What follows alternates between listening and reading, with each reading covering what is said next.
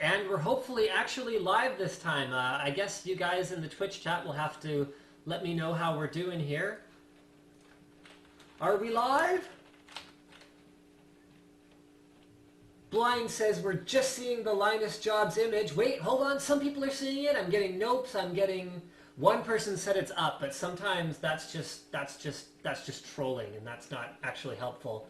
Wait, now there's more people saying it's up. Yes, we're live. Awesome. Okay, which means that now I have to go and... Oh, live stream is on after all. Join us. And I'm going to change the name of the video that I created on YouTube so that people would be able to join the live stream. And I changed it then to Twitch TV's having problems, and so the live stream is canceled. So pretty much everyone who looked at that video is now not going to join the live stream anymore, and oh, what a shame, what a shame, what a shame. So hopefully you guys have noticed that I have a completely new setup tonight. So I am no longer using a webcam. In fact, the webcam that I was using is not even here anymore. And not only is the webcam not here anymore, but this sound card and the other sound cards and the onboard sound that drove me crazy, none of that. I don't even need this anymore. Why am I even wearing this? Pointless. Okay, so the sound card that I was using before, the microphones, everything you guys have been complaining about is fixed. It's totally fixed. Now, I haven't done much in terms of tweaking the actual streaming quality within Twitch TV, but what I have done is I have upgraded my camera, I have upgraded my microphone, I have upgraded my lighting. Is the lighting okay? Because I can turn it up, I can turn it down. I have upgraded my capture device, so I'm going to give you guys yeah, see, everyone on Twitch chat's going crazy. They're saying it's outstanding. So it's great, right? It's good. It looks like production quality kind of thing. Yes. All right. That is fantastic. I'm so happy to hear that, because I know I've been promising you guys, that I'm going to upgrade the equipment. And don't worry, we're not going to be stuck with this forever. I mean, remember how my face used to have like this deathly pallor of whiteness? Because basically, all I could do with my countertop setup here was have my laptop sitting here, and then I could just turn on all the lights in this room, which is really not enough for like a production environment. And then like my face was always whited out because the camera was way too close, but I couldn't move it any further away, and just everything was bad and everything was terrible. And Diesel's texting me right now. He's asking, did you change the picture profile? And I don't know, man. I don't know what's going on. And all I know is you guys are saying that everything is good. No, Tool 1289 cannot have my old equipment because we will still be using the old equipment. Now, a lot of people on my unboxing of the FS700 were a little bit critical. They were a little bit critical of how much money I spent on a camera for YouTube unboxings. However, there are big plans that involve far more than just unboxings on YouTube. That is the tip of the iceberg. That is not what the plan is for this uber expensive camera, okay? But we will still be using the XA10, we'll still be using the other equipment, just in different ways. So I want like a dual camera setup, I want an A-roll and a B-roll, I want the A-roll to be awesome. When the 4K firmware upgrade comes out for this camera, you guys can bet I will be upgrading it to it immediately so that we can start capturing 4K video, whether it's Linus Tech Tips or whether it's, you know, Cats or any other channel, you know, depending on what we end up doing. But I want to be the first one to bring 4K video of all kinds of cool stuff to the YouTubes in a blog style, which means, you know, we'll actually have sort of volume of content going on. So we're trying to get together the resources to put together like an editing machine and capture machine that can actually capture. Like, honestly guys, I've got a Velociraptor in the machine that I'm using right now to capture the HDMI stream. In fact, I'll give you guys a tour of the new setup very shortly here, but I've got a Velociraptor that I'm using for that. And when I ran the test with the Blackmagic Intensity Pro card, it basically gave me like, oh, this isn't good enough to capture 1080p. Okay, so 4K is going to be about 4 times the bandwidth requirements of 1080p, which means I would basically need, like, the Velociraptor is so borderline, so I would basically need like a couple SSDs in RAID 0 to capture it per stream, and who knows, we might have more than one stream, okay? So I need a couple of those, or I need like 4 hard drives in RAID 0 just to capture this footage. And when I captured about 45 seconds of HDMI 1080p footage, I was getting like 1+ gigabyte file sizes. So when we're capturing 4K, every minute should be about 8 gigs. And yes, Tetrasky, I know that max res on YouTube is 1080p. 4K filming can be pointless all you want. However, YouTube is capable of outputting, I believe it's 2.5K, and downsampled 4K will always look better than something that was captured at 1080p. You can say it's useless all you want, but the future is something that we have to actually plan for around here. So I'm not going to invest in equipment that when 4K gets enabled, when everyone can actually afford to buy a 4K TV, I'm going to be ready for it. So, exciting stuff. So yeah, I'll give you guys a tour of the new setup. So, first of all, there's this. Check this out. So this is like the case that my new lights came in. Like, this is the case. I got the kit, so it comes with pretty much everything you need, except, I mean, of all things, it doesn't come with bulbs, so I had to actually buy bulbs. So there's that, okay? And then I'm going to just go ahead and, oh, check this out. You guys are going to love this. You guys are going to love this. So we've got a new tripod. Now, I hope I don't mess it up. I think I'm on autofocus right now, so let me see. Yeah, I'm on autofocus right now, so it should be fine. So check out the new tripod. This is like how smoothly I can pan around.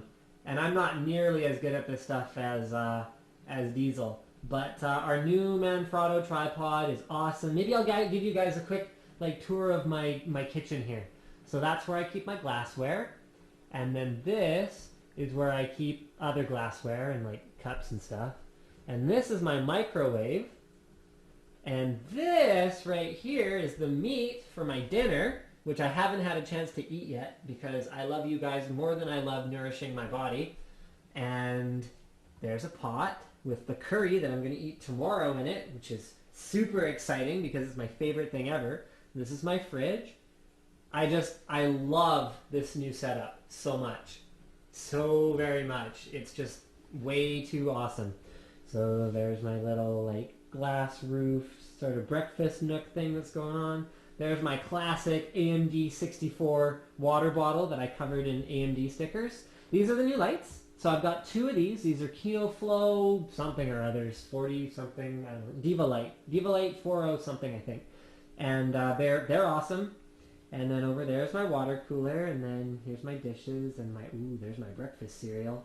Apple Cinnamon Cheerios for the win, am I right? See, there's more IT branded water bottles. Got my Asus water bottle. And I think we're pretty much done here, except for the most exciting part, which is my capture PC. So the capture PC, let's go ahead and test out the zoom here. So I just got the kit lens for the FS700, which means that it does have a zoom on it. It was only about a $600 adder. So let's get in pretty close there. So there, on the left-hand side, is the Blackmagic Intensity Pro. So there's my HDMI in. And then on the right-hand side is an AverMedia Live Gamer HD. So the Intensity Pro isn't quite working yet with my XA10. So I'm hoping that if that doesn't work, then I can either use the AverMedia or AverMedia has another one. So look at this. Even when I'm zoomed right in, I can still pan reasonably well. Although it's not that great. So let's have a look at the IO. Let's see how the autofocus does here. Oh, that looks so good. How much better is this than what we've been doing in the past, you guys?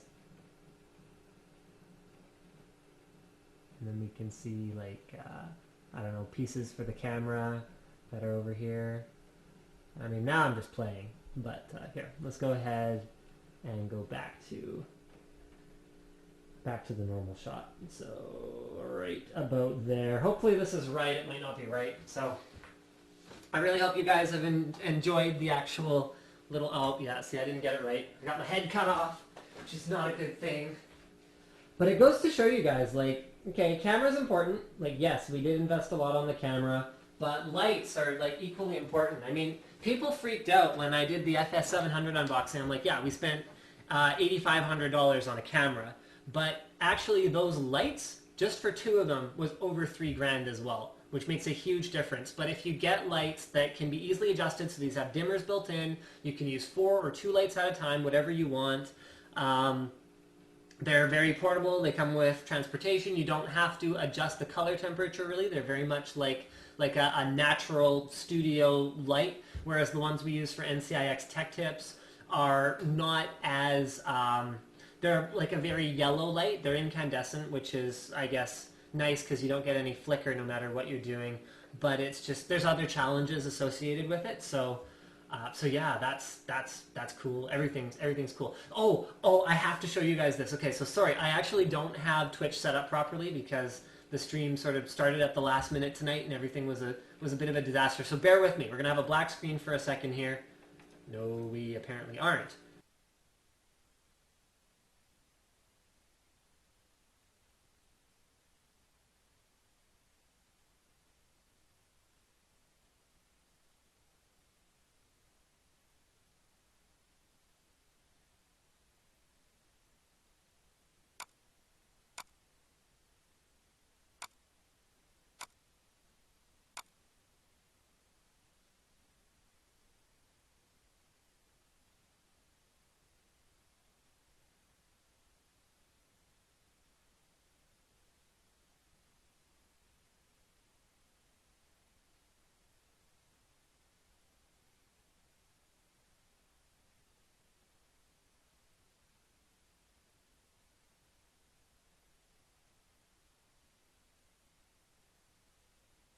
Due to my computer right now, but like, how freaking awesome is this new camera? You know, I didn't even realize that that the slow-mo guys on YouTube, I thought they had like a 25,000 FPS camera or something like that in order to capture some of the stuff that they're doing. But what I've realized now is that they've only got a 2500 FPS camera, which means we can capture in broad daylight, when we can keep the color quality reasonably good, we can capture up to 960 FPS at 1/4 of 1080p. So I'll let you guys process that for a minute. We can do a 2-second burst, and someone can't hear the sound. Oh yeah, there's no sound on that video, guys.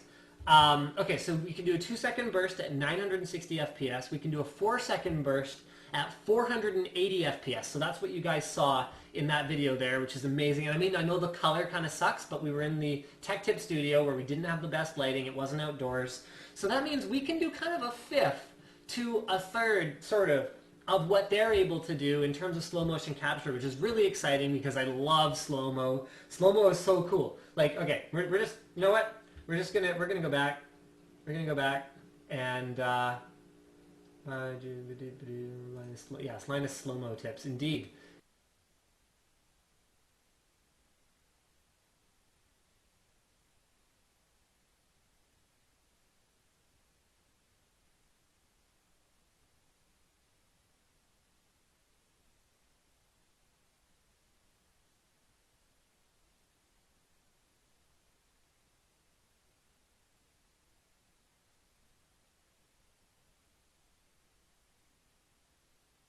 Or something like that. So it's no surprise that the table almost buckled under the strain of supporting his enormous weight. And it's possible he's watching this, and too bad, Slick, you're fat, and there's nothing else really to say about it. Now, hold on, give me a sec here, guys.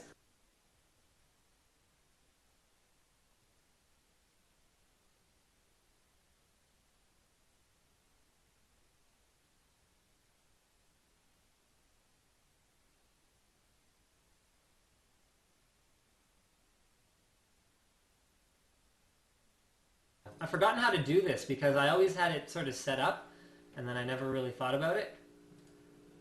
Remove. Okay, so we'll switch to this one now, and then I'm gonna just remove this one, and I'm gonna zoom in on my Twitter, and we're almost actually set up. I'm so sorry that I'm not as prepared as I would have liked to be tonight, but it was all about getting this new camera going for me here, guys. So I really, really, really wanted to do that tonight, and I honestly didn't get home until about 7:30. So I basically said hi to the baby, and then hi to my wife, and then I came down here and I got everything set up. I actually have not managed to even eat yet, but you guys know that you guys know I love you, and I'm trying to bring you guys like the best and most awesome live streams that I possibly can. I have one challenge here, which is that now that the way that I'm positioned is a little bit different, I don't know where I'm gonna. You know what? Maybe I'll put Twitter on this side tonight. I'm breaking the mold here. Things are getting crazy now. Okay, can you guys read that? Okay, I'm just gonna check the Twitch chat really quick and see if you guys can actually see that. All right. Thanks for the effort, Linus. Okay, yeah, you guys saw it. Okay, so let's get to some Twitter Q&A. I'm just gonna slide my chair over here, which is super awkward the way that I'm doing it here, and let's get to it. So 69 new interactions. You guys know what that's about. All right, like the quality. Okay, Oliver has a question about video cards. Video cards are something I get a ton of questions about, and I would love to answer your question, Oliver. Should I get a second 6870 or a new 7970? Best price to performance ratio. Okay, it is always a challenge to calculate the price to performance ratio of a Crossfire setup, because in one game, you might have a situation where the Crossfire setup destroys an equivalently priced single card. And I think someone's texting me over and over again. Oh, Slick says, let's see if it focuses on that. Come on, camera, you can do it. Yeah, whatever. He says, well, you're small, because apparently he's sort of upset about how I would call him fat, but I guess he is watching tonight. Right, so you'll run into situations where in game X, the Crossfire setup destroys the single card, and then in game Y, the Crossfire setup doesn't work at all, and the single card setup is way better. So it basically comes down to the games you play and looking at it in terms of like sort of a general rule. So general rule for me is, unless you're talking two high-end cards, 7900 series, 660 Ti and up for the NVIDIA side, get a single card. Do not run Crossfire with lower end cards, because it's usually not a great value, because when it doesn't work, it's not working, and when it does work, well, you could have gotten 90% of that performance with the single card solution. So yes, get a 7970, sell your old 6870, and be happy. Can't hear you whenever you switch from the camera view to desktop. My audio cuts out. Okay, well, I'll figure that out. Brian, it's funny you should bring that up. I actually didn't troll Elric with the Ivy Bridge thing. He released a video where he received from Linus Tech Tips in the mail this box that was labeled Ivy Bridge, and this was prior to the embargo. And then inside, there was like a little model bridge covered with ivy, and then he was like, haha, Linus trolled me.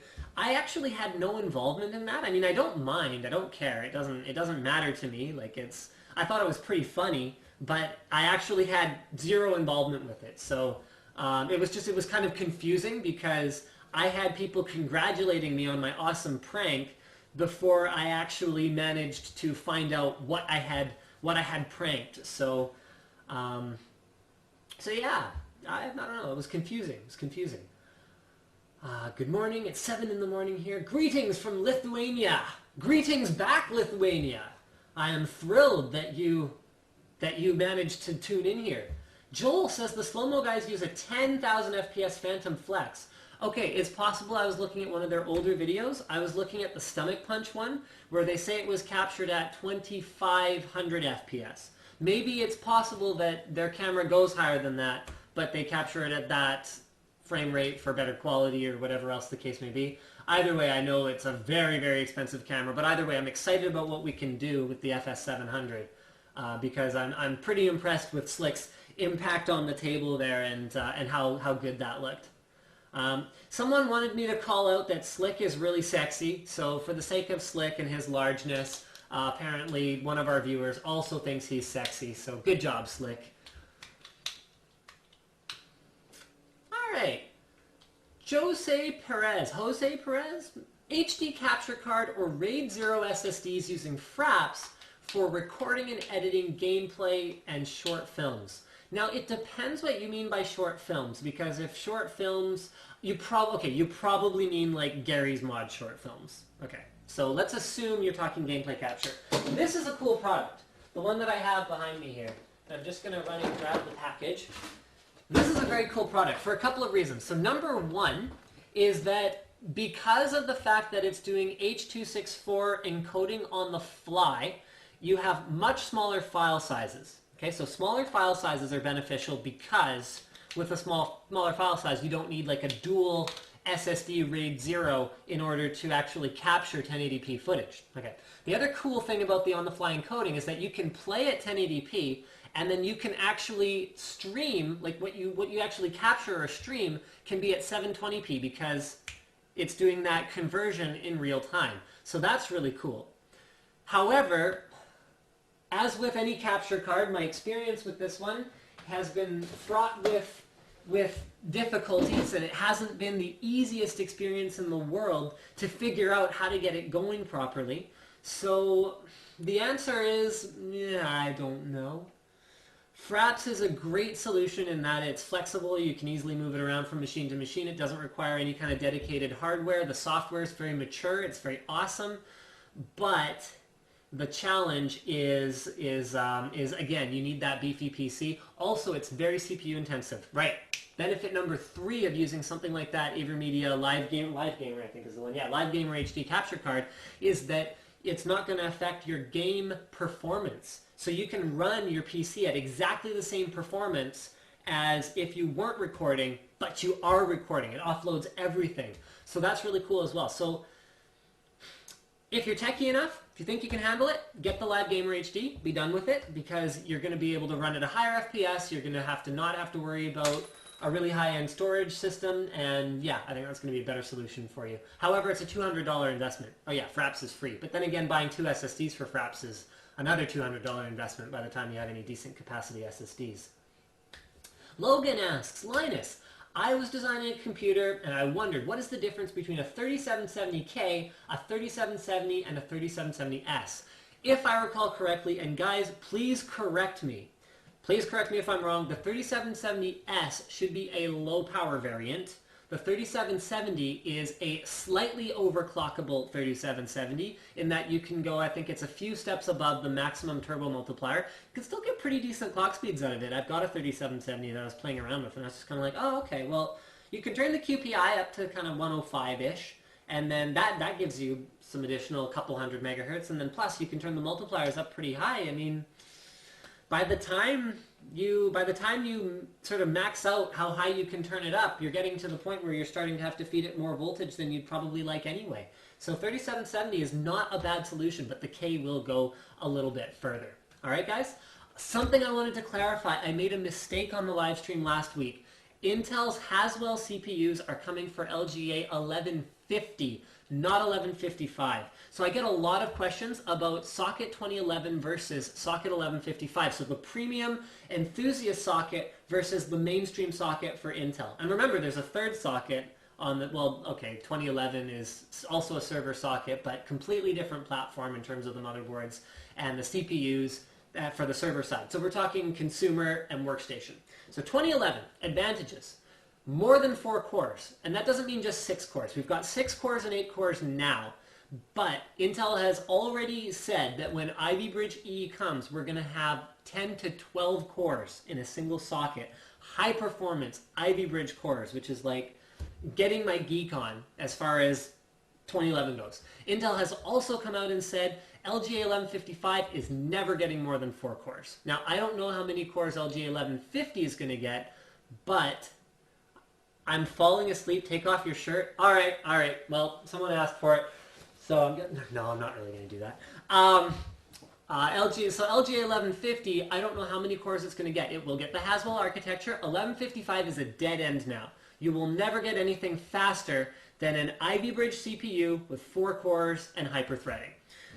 So which one should you get? Okay, so 2011, you got more memory capacity, you got more memory bandwidth, you have more PCIe lanes, although I think I've covered in depth enough times that more PCIe lanes actually doesn't make much difference to gaming performance, especially with a 2-way card configuration. And then on LGA 1155, you've got this dead-end platform, but the performance is actually in gaming better than 2011. because 2011 is still running the Sandy Bridge architecture, and we're now on Ivy Bridge on LGA 1155.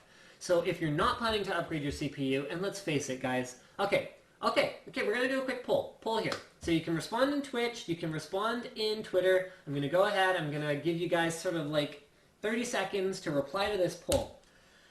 Have you ever, after a year with a computer, whether it's a laptop, whether it's a desktop, bought a new CPU based on a new architecture, and then dropped it in as a replacement to your existing one? And in fact, I don't want you guys to say how, if you ever. I want you to say how many times you've done it. If you've never done it, just type 0 or a 0. And if you've ever done it, then type how many times you've actually done it. Because I think I did it once. I think one time I went on socket 754. I went from a 3,000 plus to a 3,500 plus because I got like a fantastic deal or something stupid like that. I think that's the only time I ever did it. And the results are piling in. I'm going to go ahead and move Twitch over here so you guys can kind of see it. And then we'll do a Twitter result later. So does it matter that LGA 1155 doesn't have an upgrade platform? I don't think so. Because you can always sell your 1155 kit, so your motherboard, your CPU, it'll still perform pretty good. Like, we're seeing pretty small generational performance improvements. Yeah, it's lots of zeros, ones, twos, lots of zeros.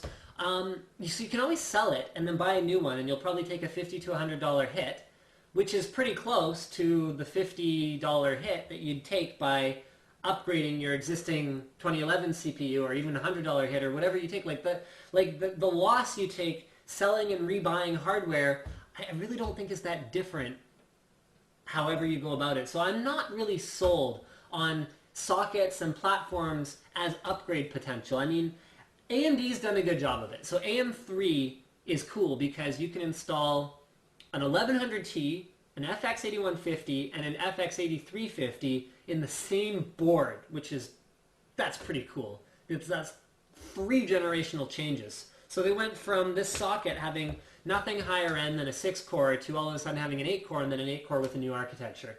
So, yeah, I mean, that's cool, but I think most people just haven't really sort of done that. So let's have a look at what the Twitter responses were. I've done it.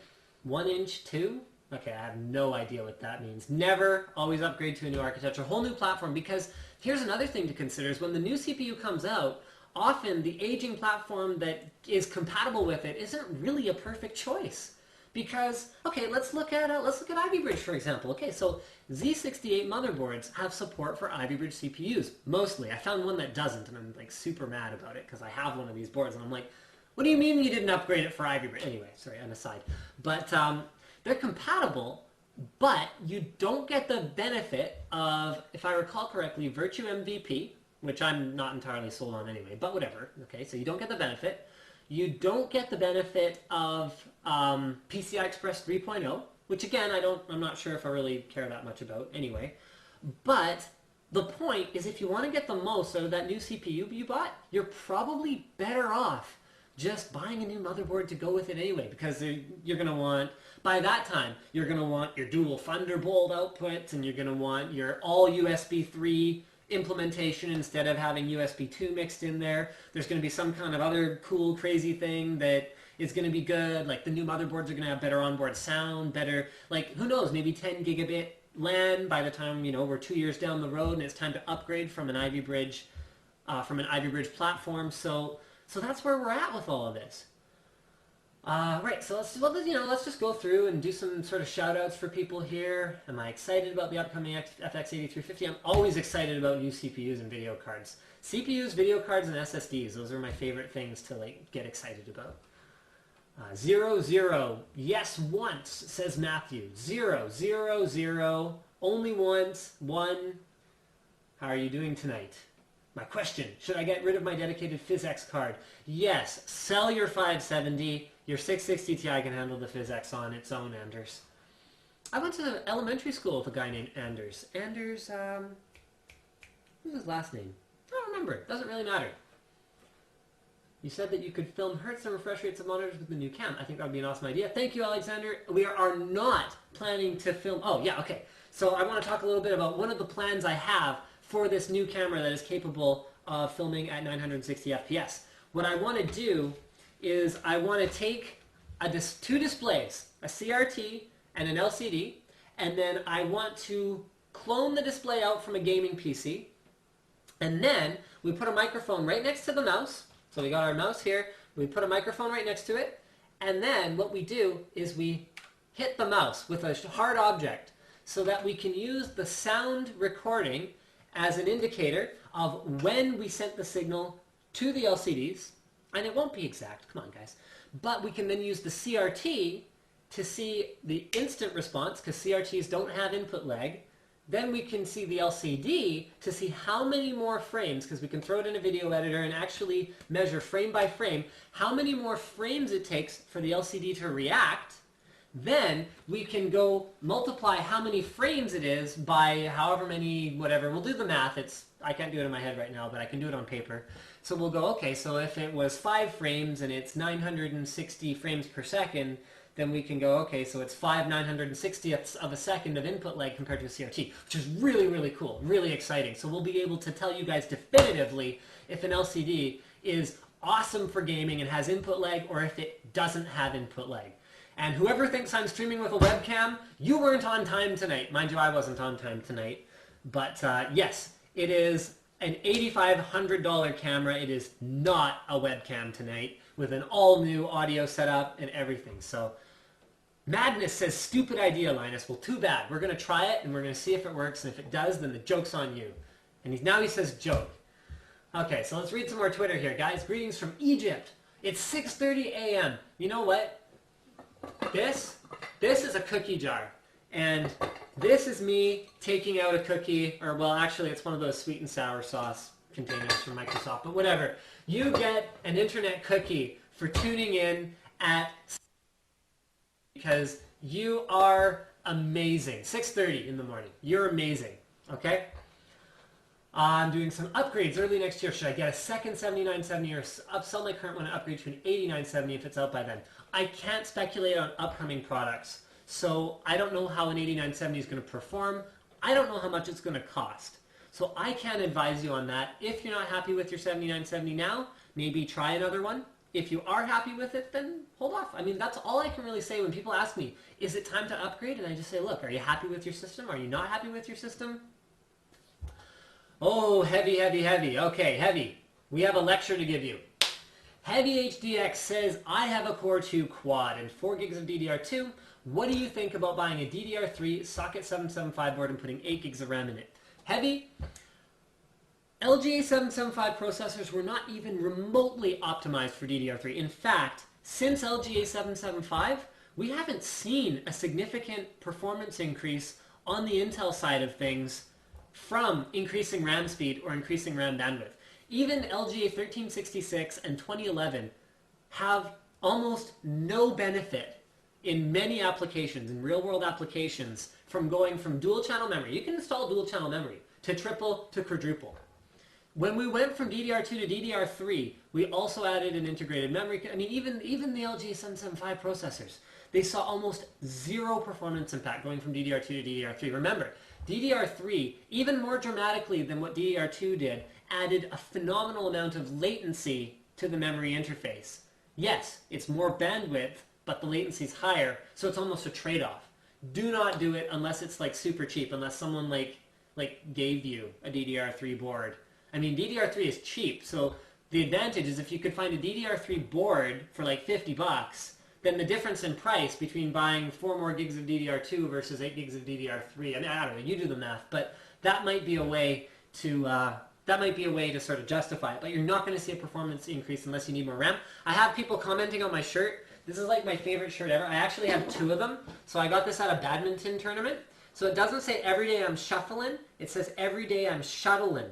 And see, he has badminton birdies for feet, and then he has a badminton racket for his hand there. So every day I'm shuttling, and I actually have 2 of them, and I love this shirt, and I am not taking it off again because I think you guys saw enough of my nipples earlier in this live stream. Nathan asks, which would you pick? The new Samsung 9 Series 27-inch PLS or the new Asus 27-inch PLS? You know what? I don't have experience with the new Samsung 27-inch. Or do I? Yes, I do. That's the one with the full glass front panel. I just wish it was touchscreen. You know what? For the difference in price, I'm going to go with the Asus. That's the PB27 something Q or something like that. It's amazing. I love that monitor. And because it doesn't have a glossy screen, it has a matte screen, PLS panel, very little input lag, motion blur. I couldn't feel it, which is sort of the only subjective way I have of measuring it now. I love that Asus monitor. It's outstanding. So go with the Asus one. It's great. Please, Linus, DXTORY DX3 is way better than Fraps. The difference when recording is like 1 FPS. Okay, I haven't validated this. I don't know, but Victor says it. So there you go. Hi again. Would you recommend the Corsair SP2500s for music and gaming? Yes, I am using Corsair SP2500s. I actually had an Onkyo receiver, and then I had a couple of very premium KEF speakers that I was using for my audio setup on my gaming machine before. And I was so impressed with the Corsairs that I actually didn't really notice that much of a difference when I moved my Onkyo setup downstairs to where my TV is, and I took the KEFs and I used the Corsairs on my main machine. So it's awesome. I'm super impressed with the 2500s. They actually, like, I wish more people bought them, because as you guys know, I'm not like a complete audio nerd. I'm not into like changing the the op amps on my sound cards, and I don't get into like the $500 headphones, and I have like 6 pairs of them depending on what kind of music I'm listening to. I'm not that sophisticated, but I do believe in reasonable quality audio, and onboard sucks, and 99% of PC speakers sucks. You know, if anyone here who ever heard Monsoon MM2000s, like, raise your hand. I bought the last set of MM2000s. These were gorgeous flat panel speakers. They were about this thin. It was a 4.1 setup, and I returned them to the store for Logitech Z680s. And it was like the saddest thing ever. So get this. I returned them to the store. They were super reluctant about it because they were the last ones they had. Yeah, BPTES says, I have MM2000s. You have them from 1999. They're amazing. Yes, they are. Okay, so I returned them to the store and I bought Z680s. I regretted it so much. They were so boomy. The bass was so ugly. The flat panels sound so good. And I tried to return the Z680s. I bought them because they were digital and they were 5.1, and I bought into the hype, you guys. I bought into the hype. Everyone was a noob at some point. I was a noob back then. And when I went back to the store that I bought the Monsoons at, London Drugs actually, I went back there, they were like, oh, we don't, I tried to buy them again. I wanted to buy them back because what bothered me about them is they had a bit of a hiss from them, and they were 4.1 anyway. They had thrown them away because Monsoon had gone out of business. I had no way to obtain these speakers ever again, and they had thrown them in a dumpster after I returned them because of, like, they just didn't have anything to do with them.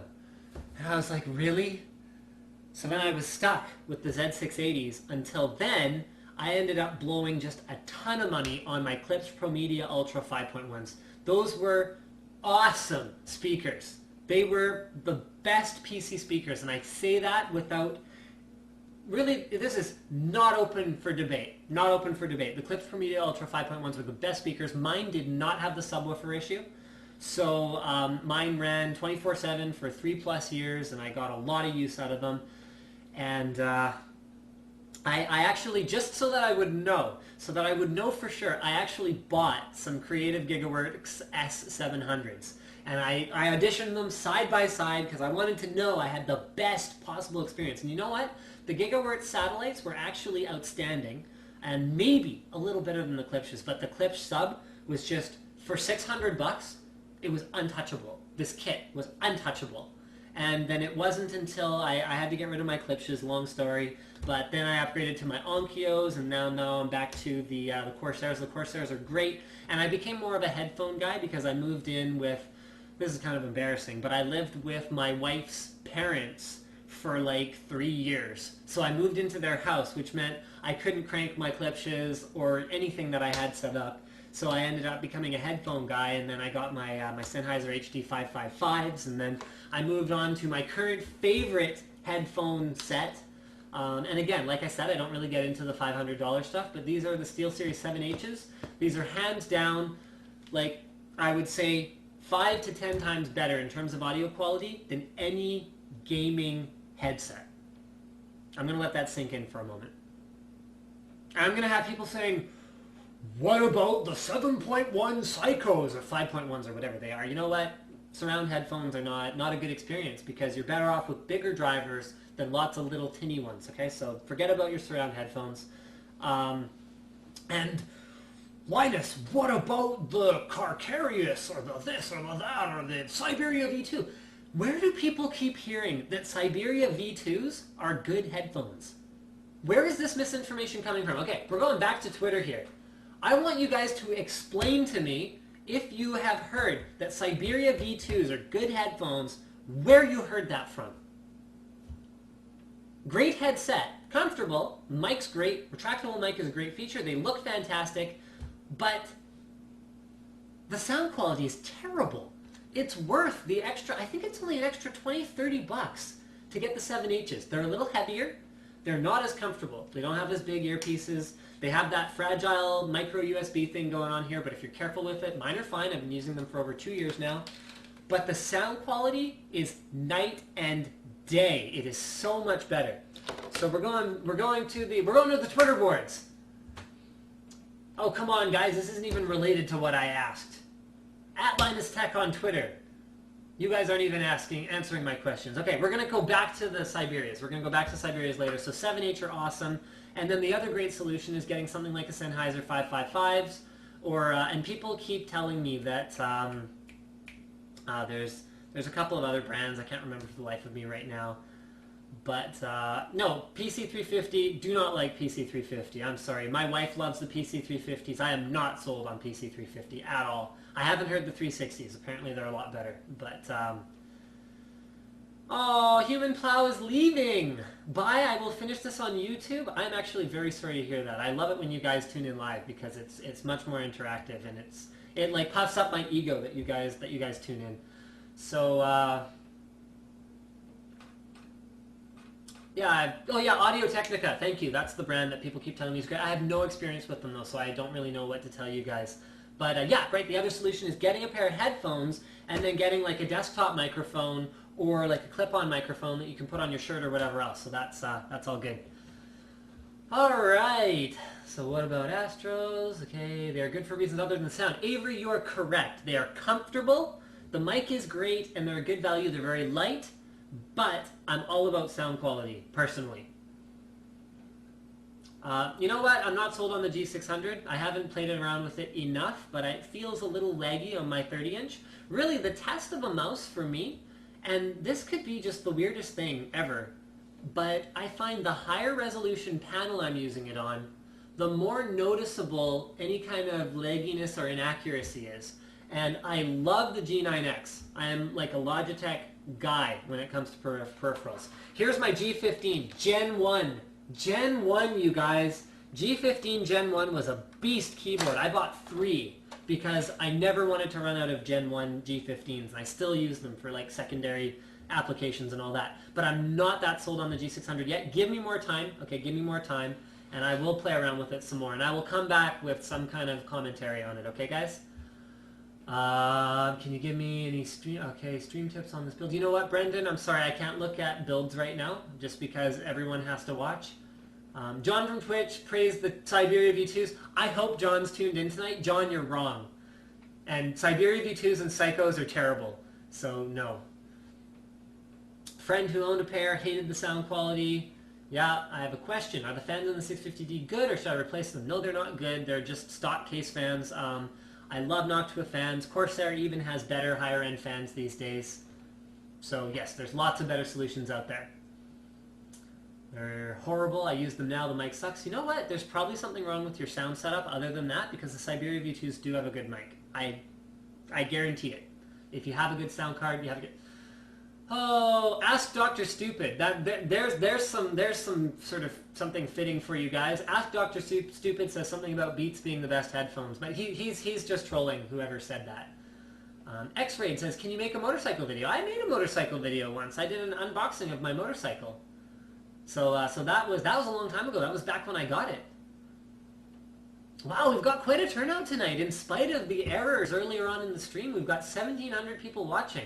So let's take a minute here, guys, and just thank you so much for tuning into the stream. This is outstanding. You guys are actually just the best. And you know what else I noticed is ever since I uploaded that, thank you for 200,000 subscribers, my subscriber rate has actually gone like this. So you guys are, I don't know what you guys are doing, but you're spreading the word and you're bringing people into the channel. So yeah, it's awesome. Everything is awesome. So you guys are amazing. And I know I'm behind on my tweets and I'm sorry, but actually there's been a lot of stuff going on lately and things are crazy. Jose says, does NCIX sell that capture card? Yes, NCIX does sell that capture card. It's the Live Gamer HD. Foxington Fox, what is my server hardware specs? I've done videos about that. So if you search for Linus personal server, you should be able to come up with some of the videos I've done about my server. Stevie, not being able to sleep and catching the live stream. Thank you for tuning in, Stevie. That is amazing. 6 a.m. and he's still awake watching the live stream. Like I said, I have like the best followers. You guys are amazing. Because I know that actually for probably here, we're gonna lose Twitter for a second here. I know that for probably 90% of you guys, this time slot is terrible. But there's really nothing I can do about it. My wife wants me on the weekends, which I understand. And then I work 9 to 5, well, more like, sort of 9:30, 10 to like 7 or 8, which means I don't get home until this. However, sometime in the future, I will find a way to switch to like an afternoon my time. Because late night my time means that on the East Coast of North America, you guys are screwed. Because by the time I finish my live stream, it's like 1:30. Sorry, guys. Europe, you guys are screwed because you're just waking up and you don't want to get up at 6. I mean, all you guys who are tuned in, you guys are awesome. But I know you don't want to get up at 6 to tune into the live stream. The only ones who it works for, again, yeah, Tom Cam here. Oh, sorry, wrong one. Tom Cam here in the Twitch chat says, yeah, well, it's 3:58 in Melbourne. Yeah, I was just going to say, the one demographic that this works for is the viewers in Australia. And then I don't think I have a ton of viewers in Asia. But yeah, the viewers in Australia, this works for them, but everyone else pretty much gets the shaft on this starting time. So at some point I'll move it, and we'll figure out a way to make that work for everyone. All right, Facundo Castells says, I don't know if I did that right, 14 milliseconds for an IPS monitor is good enough for gaming, or will I have very hard ghosting? You know what? That spec is probably meaningless. Best thing is find other people who have that exact monitor, ask them what they think, find out if it's going good for them, because the spec is measured a lot of different ways, totally meaningless. So that's the only way to know for sure. Adam Lee says, I have two 550 Ti's. Only difference is VRAM, 1 and 2 gig. There's no option for SLI.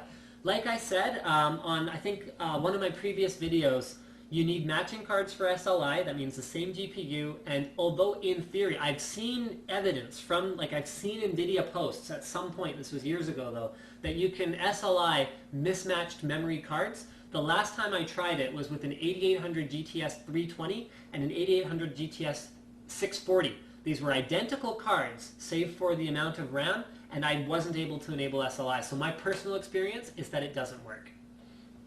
Jonathan, you better not be doing that. That is not cool, man. Not cool, man. Hey, Amintha says, hey from Edmonton. Hey from Edmonton too. I guess it's good to be in Edmonton this year because we the Vancouver Canucks don't have to kick the Oilers' butts so hard in hockey for the entire season.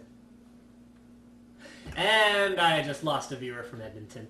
But seriously, guys, I mean, I don't know how many Canadians there are here, but this is the third work stoppage that we've had in the NHL. The third work stoppage in the NHL since Gary Bettman has been commissioner. And I personally am super steamed up about this. I know you guys did not tune in for sports talk radio. That is not what you're into. But come on. Okay, so a few different things. If you guys aren't in Canada or you don't care and you're not familiar with the lockout, okay, so basically there was a collective bargaining agreement back in 2004 that everyone signed, okay? The league signed, the players signed, okay? Now it's renegotiation time, and the league, the players made a lot of concessions last time. The league is basically going, okay, whatever share of the profits you guys were getting before, we're cutting that, I think it's about by 20%, so it's a huge cut from the players because we have to control the expenditures and the cost. The league is making more money than they ever have before. They're doing great as a whole. Yes, some teams aren't doing well, but you know what? Maybe it's time to man up, be like the NFL, and implement revenue sharing from the premium teams that are doing really well to the dog teams that aren't doing really well, okay? So maybe that's the solution. League's doing great as a whole. So this time around, they're saying, okay, yeah, well, no. We can't afford to pay you this much. Now, here's the kicker. Here's what kills me about this whole thing. In the time between the end of last season and the lockout commencing, we had huge mega contracts being signed with players. We're talking like huge long-term contracts worth 20, 30, 50 million dollars. Can't remember the details. I just remember that I was super mad about it because here are the owners and the league saying, oh, we have to control player salaries, so we have to cut down how much we can pay the players in order to reach an agreement here. And then here's on the other hand, they're saying, oh, here's a whole bunch of money to aging players. And so do you want to keep your payroll under control? Do you not want to keep your payroll under control? I don't know what the answer is. But we're going back to tech because hockey's stupid and there's no hockey this year, and that makes me very sad, but it gives me more time for benchmarking video cards. So I guess it worked out for all of us. Moving right along here, so sorry for the hockey rant, for those of you who aren't interested in hockey. Linus, I see you have a Zonar Sense in your rig, and I'm planning to get one, but why aren't you using the PC350 headset? Because I hate it.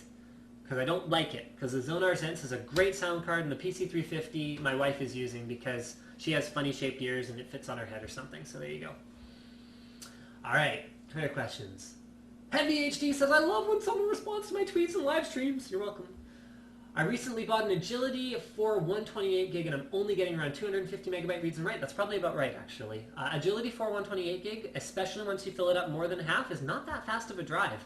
The Indelink's controller, Marvell controller that's powered by Indelink's firmware is not as fast once the drive gets more full as it is when the drive is empty. Something to be aware of.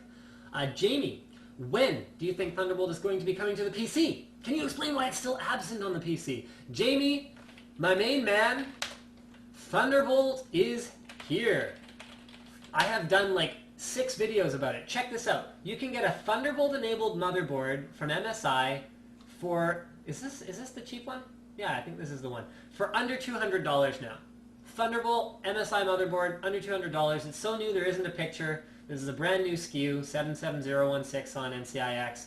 Z77A, G45 Thunderbolt. Thunderbolt is here, and Thunderbolt may actually end up coming in handy for me because I think in order to capture the kind of 1080p and 4K streams I'm going to want to do, I'm going to need like multiple WD dual Thunderbolt enclosures with Velociraptors in them. I'm going to need to RAID 0 a whole whack of them, and things are going to get crazy. Can you give a shout out to North Van? I can! Shout out to North Van. Oh, you know what? I promised someone who actually requested, and this doesn't happen that often, but someone requested that I autograph something for them and send it to them. And they're in like Europe or something, so I was just like, oh, you know what? I don't think it's realistic for me to autograph something and ship it there. I mean, you know, it's really cool that you asked, and I'm super flattered and all of that. But I promised that I would give a shout out in this live stream to my very special viewer. Hold on. Where is it? Where is it?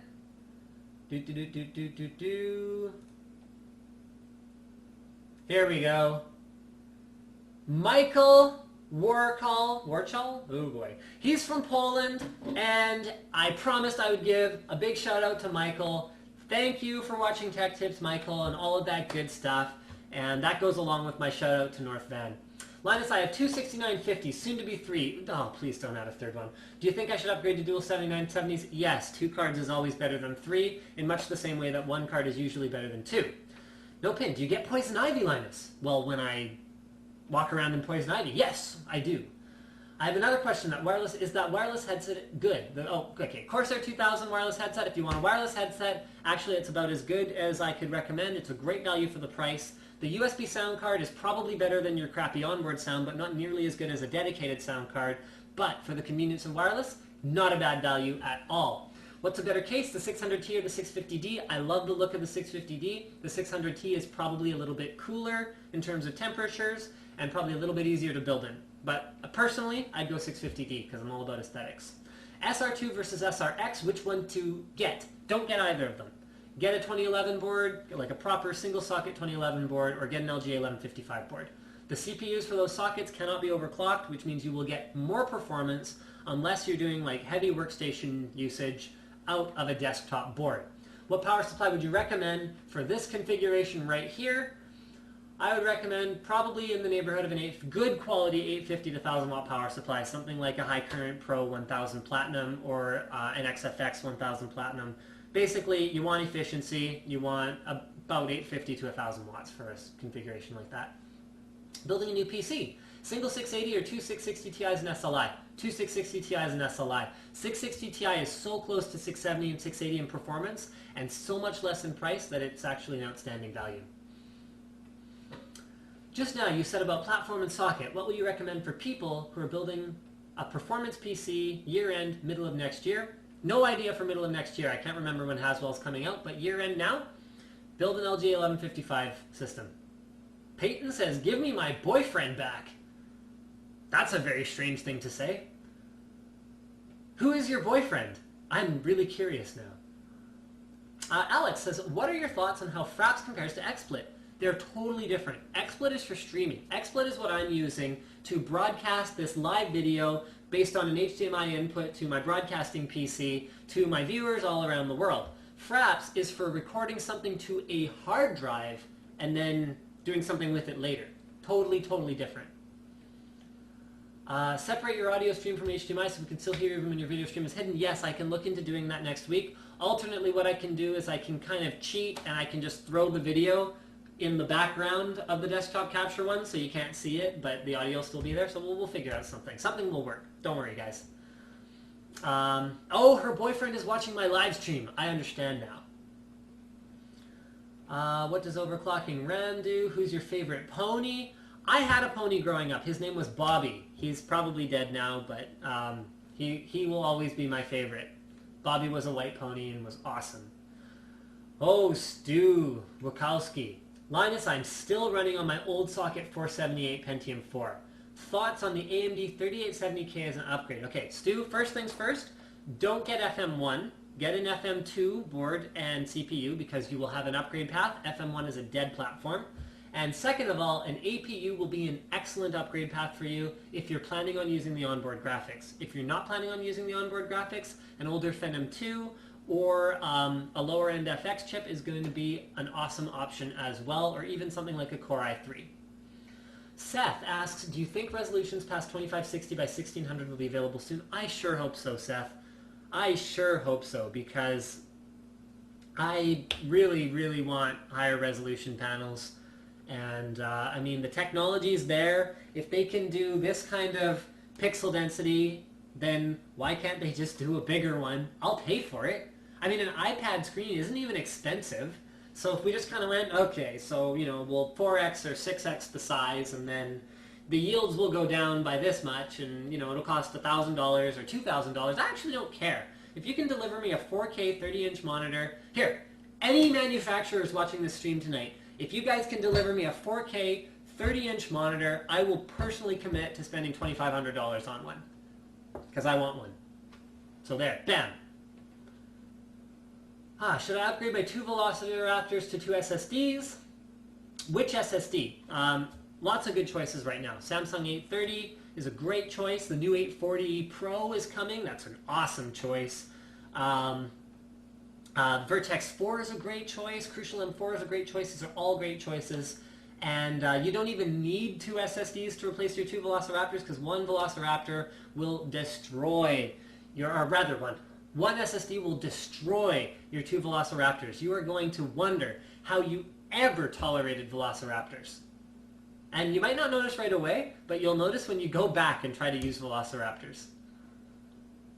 I have problems with Molex plugs to control my fans. Jared, the problem is that you're using Molex plugs to control your fans. You're going to want to get like inline 3-pin resistors or a fan controller in order to control your fans. Gary says, do you recommend the GTX 660 Ti from MSI or the Galaxy 3 gig? I know that the MSI is triple overvolting. First of all, if you watched last week's live stream, you'll know that the triple overvolting has gotten pretty complicated now. And then the other thing is whether you need 3 gigs or not really depends on the resolution you're running. 3 gigs is not going to be useful unless you're running like 2560 by 1440 or you're running multiple 1080p panels. Kyle, have you seen the Murderbox Murder Mod? Do you have any plans of making your TJ07 like them? No, I'm more of a simple guy. I'm just kind of drummeling holes in my TJ07 and then I'm just going to powder coat it and call it a day. I'm too cheap for that. However, I don't know if you've seen the new MK3 that Charles has brought into this world, but it is amazing. Murderbox MK3, I think that's what it's called. Here it is. So this case costs something ludicrous. Like I think it's like well over $1,000. It's like $1,500 or something like that.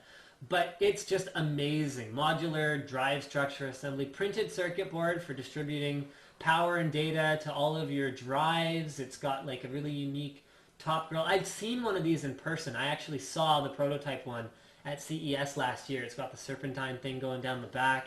It's just, oh, it's awesome. And who's asking if I'm using Internet Explorer? This is Firefox. Get over yourself.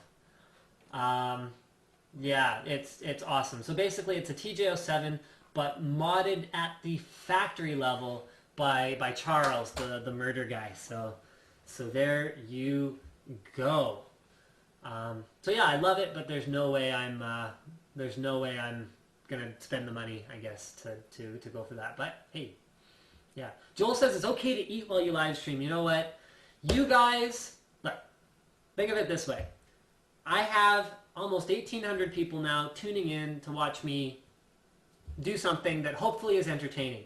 I owe it to you guys to pay attention, so you have my full and undivided attention during that time, okay? So I'm not going to do that, you guys. I'm going to take Twitter questions for the rest of the night, so if you guys aren't interested in Twitter questions, then I guess you can tune out now, but I hope you guys are interested.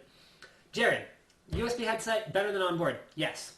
However, solutions like this are awesome. This is the Zonar U3. So this is just a little USB sound card if you're using a laptop that you can't add a sound card to, or if you don't want to invest a ton of money into a proper sound card. This is a great solution. It actually has an amped output.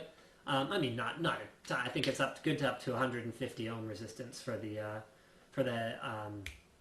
headphones. It has a great microphone in, very clean, great solution. But yes, a USB headset is better.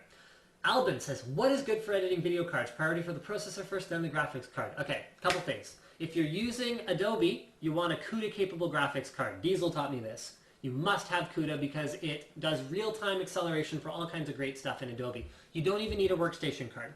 So priority number 1, make sure you got a CUDA card. Priority number 2, well, almost priority 1/2 for both of these. Beast CPU, because video encoding, video exporting from video editing applications is still heavily CPU dependent. You'll also need boatloads of RAM, at least 16 gigs of RAM in a 1080p, reasonably high-end editing machine where you're doing any kind of After Effects. 32 gigs even preferred, but 16 gigs should be great. And then finally, if I was going to do a final upgrade, I would go to a Quadro card with a full high, whatever it is, full spectrum, whatever, more color depth. So Quadro cards can output deep color, and then you can get monitors that have 8-bit panels in them so that you can actually see to a greater degree of accuracy what you're working on. So that's where I would get into a more professional editing setup. I'm in Ontario. Canada Computers is beating NCIX prices 80% of the time. Will you guys price match? Absolutely. NCIX price matches every day, all the time. Walk in, show them the price on the computer, done. It'll price match it for you.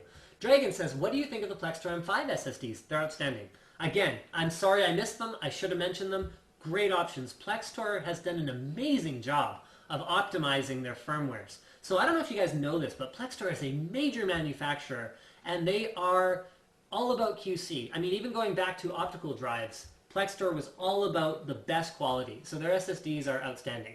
So there you go. Joe, what are the specs of your streaming PC? Oh, funny you should ask. Okay, it's got a 2500K that I've overclocked just a little bit in a Shuttle Z68. It's got 8 gigs of RAM, and it's got 2 HDMI capture cards. I'm using onboard video because I want to, at some point, okay, I'm really excited about this. So right now, we're doing a single camera.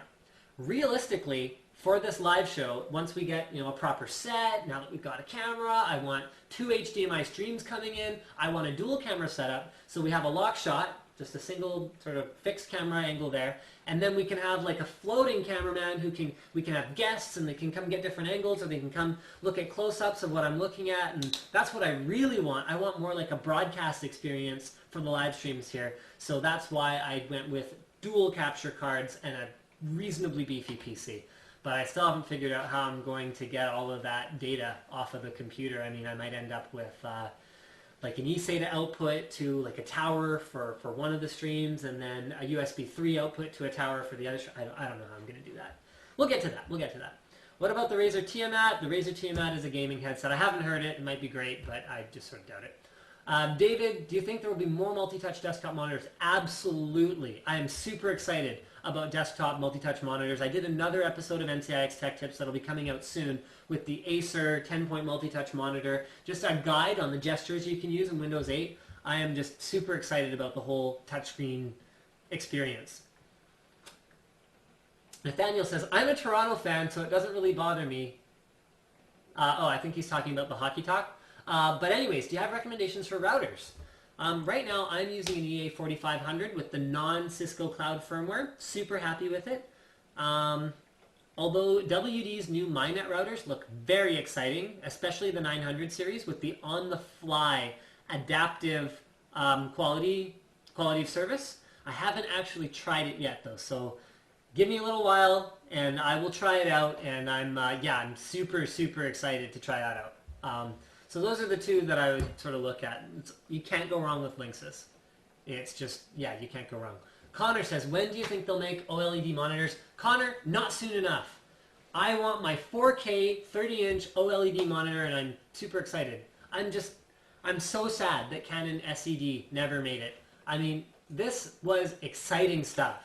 Canon was developing this in collaboration with someone. It was supposed to bring, yes, the SED is dead. Thanks a lot for that.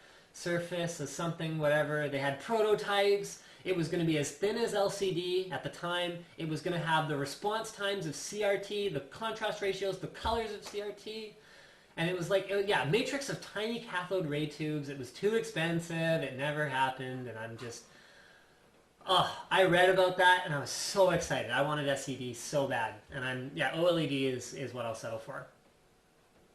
I have two 560 Ti's and two SLIs. Should I upgrade to a single 680? You know what? You will have a better gaming experience on the single 680. However, I'd probably go for a slightly better value. Go with the 670. You'll still get a great experience. Gary, I have no experience with the 360s, unfortunately. I've heard they're way better. All right, Matthew, let's check out your TJ07. I don't usually indulge this. Wow, that looks really nice. This is a great build. When I have a forum, we're going to have like a poster build section so you guys can all just check out the like fantastic and awesome builds that you all do. So let's look at this a little bit bigger here. Really? That's Facebook's idea of, oh, there we go. Okay, well, I'm seeing it in full screen, but you guys are probably getting it cut off. That is outstanding. Great cable sleeving. Two GTX 680s. LJ 1155 platform, which is, okay, yeah, allow full screen. Okay, let's close that. LJ 1155 platform, which is smart. Not what I ended up going with for my sort of enthusiast class machine, but it's smart. You had all the performance, and that looks outstanding. Great build. There's no way I'm putting that much work into mine. I love the, I love the clean mid plate, but I'm just kind of looking at it going like, I can get one cut, I can get it powder coated after I drill some holes and stuff, but I upgrade my rig so often and I'm always tinkering around with it that it's actually more work than it's worth for me to have tubes like routed through holes and stuff, so I'm just going to leave the stock mid plate. Ash wants to know, is it even possible to have a resolution of 2560 by 1600 that runs on 120 hertz? The problem right now is DVI. DVI can't carry any more than 1920 by 1200 120 hertz or 2560 by 1600 60 hertz. So DisplayPort will have a way for us to make things more better. Foxington Fox, do you think that dual socket is worth it for rendering video, etc.? It can be, but you got to be working on really high-end stuff in order for that to start to make a difference. What do you think about the 558s? Haven't tried them, unfortunately. Sorry, man. Best gaming headset, price no object, 7H. Same answer as before. What do you think about 2 Caviar Black hard drives in RAID 0, not for holding vital info, just for speed? You're not going to get a great speed experience out of it, man. I'm sorry. SSD is the way to go for speed. People who think that hard drives are almost as fast as SSDs because of the sequential megabyte per second ratings of them are kidding themselves. It's not about that at all. Not about that at all. So yes, it's all about random, which SSD is way better for. Are you really running an AGP video card? I'm sorry, man. I'm very sorry to hear that. WinForce 3 or TwinFrozer 5? Hard to say. Part of the problem with these brandings, so DirectCU, WinForce, and TwinFrozer, is that a lot of the time it's actually a different cooler on every given card. Different number of heat pipes, different fans. What do you want me to say? It comes down to the individual cards. Who's my favorite My Little Pony? You know what? I was never actually into My Little Pony. I know I mention it from time to time, but I'm just joking. Is a 600 hertz TV good for gaming? Not that I will go over 140. A 600 hertz TV is not a 600 hertz display. And it's probably fine for gaming because a 600 hertz TV is bound to be a pretty high-end one, unless it's a plasma, in which case, yes, plasmas are great for gaming. The only disadvantage of plasma these days is that it's not as good in a bright environment, so you have to have a darker room. Tester says, I'm interested in this YouTube thing, and I'm thinking about starting a channel. Can you give me tips for that? Linus YouTube tips. My tip would be that... what do I say without sort of being discouraging? People ask me this all the time, how do I do this YouTube thing? And I don't have a good answer. So priority number 1 is however much energy you think you're projecting, amp it up by 5 times. Because there's all those jokes about how the camera adds 10 pounds or, you know, takes off 2 inches or whatever the camera does. The camera tones down your energy level to about a quarter or a tenth of what you're actually doing. If I were to talk the way I actually talk to a person, like the way I talk to someone in real life, this is what I'd sound like. I'd be like, okay, yeah, hey, how's it going? And this is how I talk to people. It's not very interesting.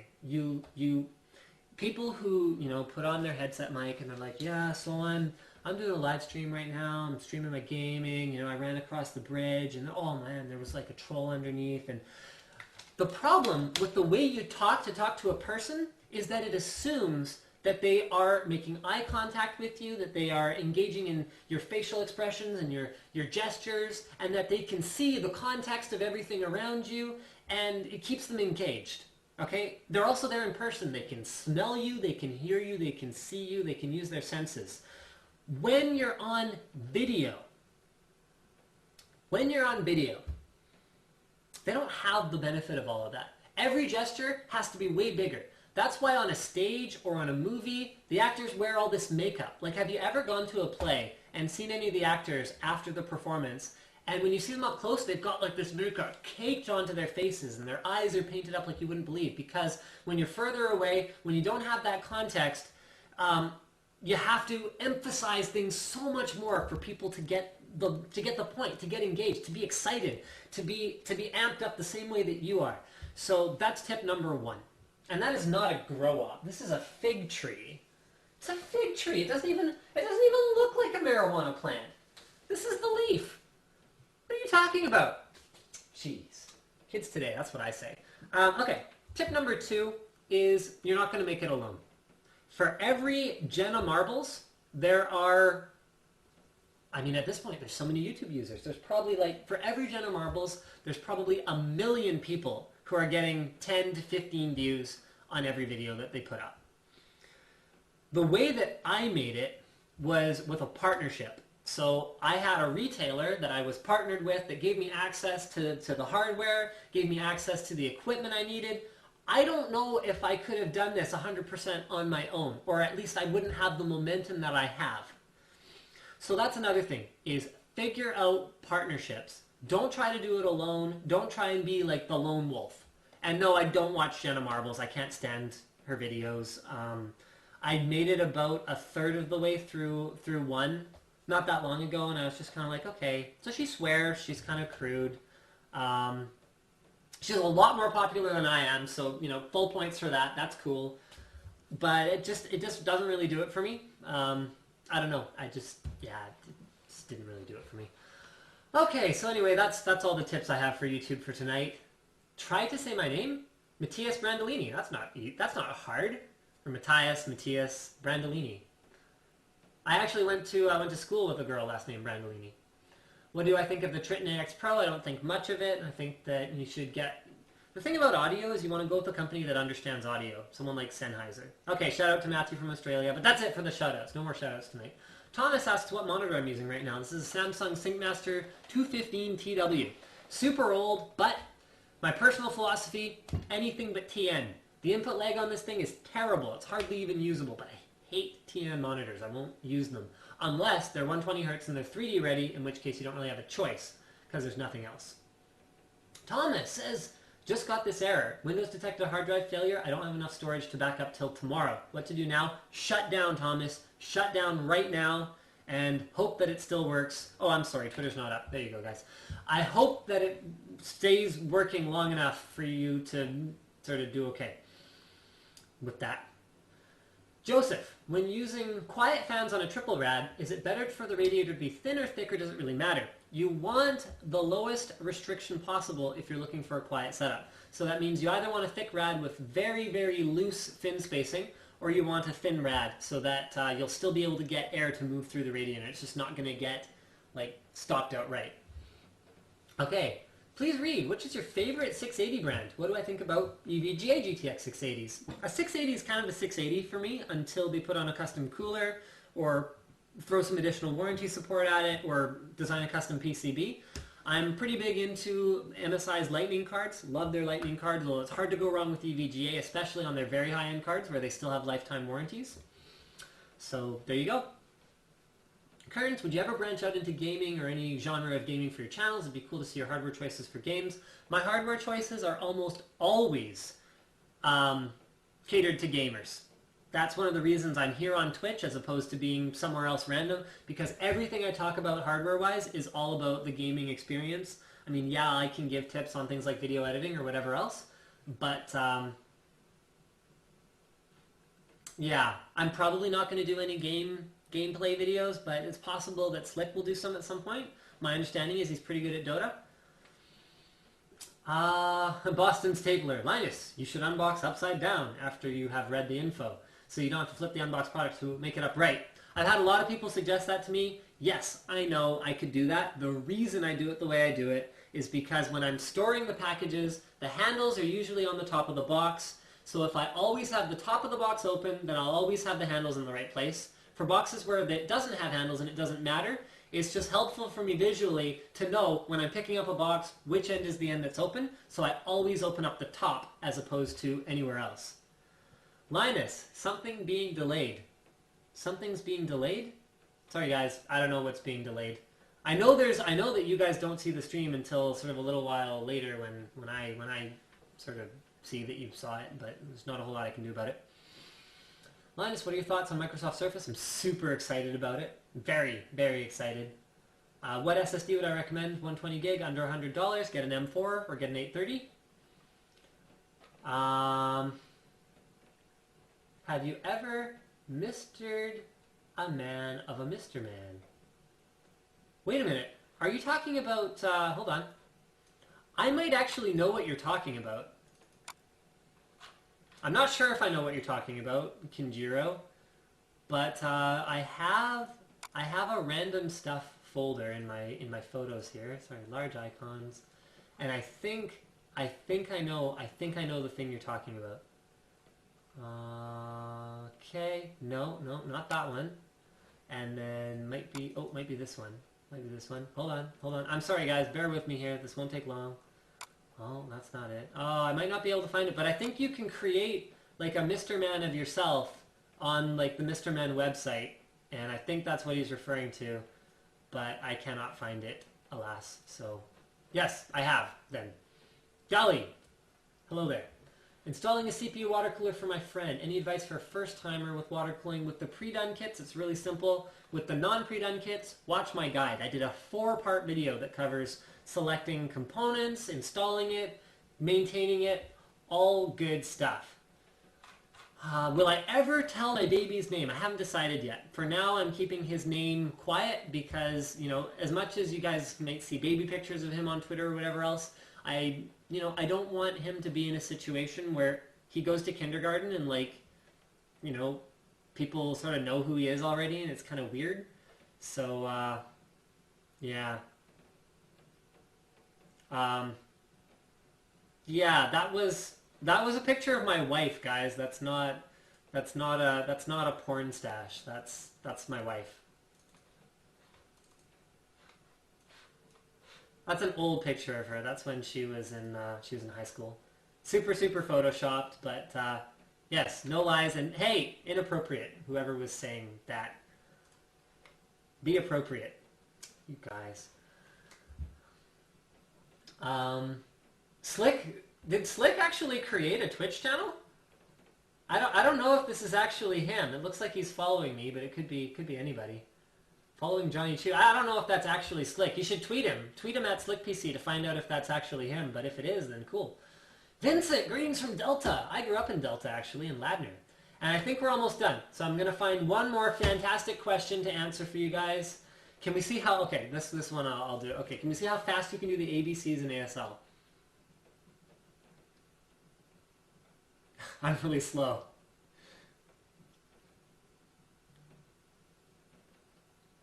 There, that's how fast I can do them in ASL. I used to be a lot faster. Okay, want to upgrade to a something. Will MSI void my GPU warranty if I install an aftermarket water block? Not if they don't know about it. Linus, do you think motherboard ATX... EVGA did one board with the ATX pin at a right angle. I don't think it matters, personally. I don't think it's a factor. Get the lightning, Brandon. I can play Battlefield 3 at 1080p on high with a 550 Ti. Yes, 650 Ti would probably bump you up to Ultra. Real-life differences between DVI variations? No difference. Actually, I did a display. I did a display thing. YouTube.com. Hold on. NCIX, DVI, VGA, something like that. I think there's... Yeah, display interfaces roundup with 163,000 views. I talk about all the differences and all the different display technologies. Brendan, can you suggest a microphone for game commentary? I hear a lot about some snowball thing, but I've never actually used it. Jordan, you are forgiven for insulting how short I am. I'm in the market for a good laptop and I'm thinking of getting a MacBook Pro, but they're extremely expensive. Yes, they are expensive, but they are good laptops. Lewis, yes, this is madness. Tyrone asks if I've ever been to jail. No, I have not, actually. That's a very strange question. Have you seen the Leap Motion? I vaguely remember something about it, but I'm sorry. What are your thoughts on the Vulcans versus the 7H? Vulcans are awesome. The noise cancellation is outstanding. The Vulcans are the closest to the 7H that I have yet encountered. They're awesome. They're a little bit heavy. I personally find them not as comfortable as the 7Hs. The audio quality is not quite as good, but the sound isolation is amazing. It's outstanding. Very good product. Angel, you can donate your MacBook Pro to me. I'd love to have a 2010 MacBook Pro. I'd install Windows on it, mind you, but, you know. Dolly, what do I use to do my watts at the wall? I use a little power meter. I got it at Canadian Tire. It was like 30 bucks. What reservoir are you using? I'm using a T-Virus reservoir for my personal rig. No, I'm not planning to be at the Radeon Extravaganza, but you guys should definitely check it out. So it's AMD Extravaganza. It's going to be in Toronto. I think it's actually at the AMD headquarters, which is kind of cool, so you can check that out. So it's there on Facebook. You can attend. I think it looks like 50 people are going. The Crazy Russian will be there, and NCIX Esther will be there. So if you guys do go, we will have people there. Chris Lim, I remember you! Trial cameraman from the Zyxel videos. Hope to see you again soon. Applying to be Esther's new cameraman. That's awesome. Oh, that's fun. You know what's funny is I actually went through all of the Esther was asking me for some advice on finding an assistant, and I was like, oh, okay, well, here's all the applications I received, and I actually saw your application I was going through, and I was like, oh yeah, you know, maybe I should give her these and see if she wants to get in touch with some of these guys, because these were the guys that I already filtered down to be like the best of the best, and everyone I interviewed was outstanding, to be perfectly honest. But hey, that's awesome. Hi, Chris. Chris, I actually interviewed for Slick's position, but Slick won out for, you know, and it was, honestly, it was really close. It was like, it was really hard making some of the calls for the people that I thought were really good, and I couldn't hire them. John, my favorite switches are blues. However, they're a little bit loud for my living situation with a baby, so I'm using blacks right now for my favorite mechanical switches. Not a big fan of the Razer Black Widow keyboards. They're great on paper, but just using them. Keyboards are so personal. Don't like the travel distance, and I don't like the overall feel of the keyboard. Not my favorite. All right. You know what? I think we're going to have to call it quits for tonight, guys. Thank you so much to all. I think this is one of my best turnouts yet. Over 1,800 people tuned in tonight. Thank you so much for watching, and I hope you guys have enjoyed the improved video quality and is the audio quality better tonight? Like, is it good? Is it really good? I hope so. I hope you guys have enjoyed it. I want you guys to know this. That camera, this is my wallet. This is where the camera and the audio gear came from. I am serious about improving the quality of everything that we do. I know that it's, you know, going to take time, but I hope you guys are going to stick with me. Keep watching, stay subscribed, spread the word, tune into the live streams. It means a lot to me. And good night, everyone.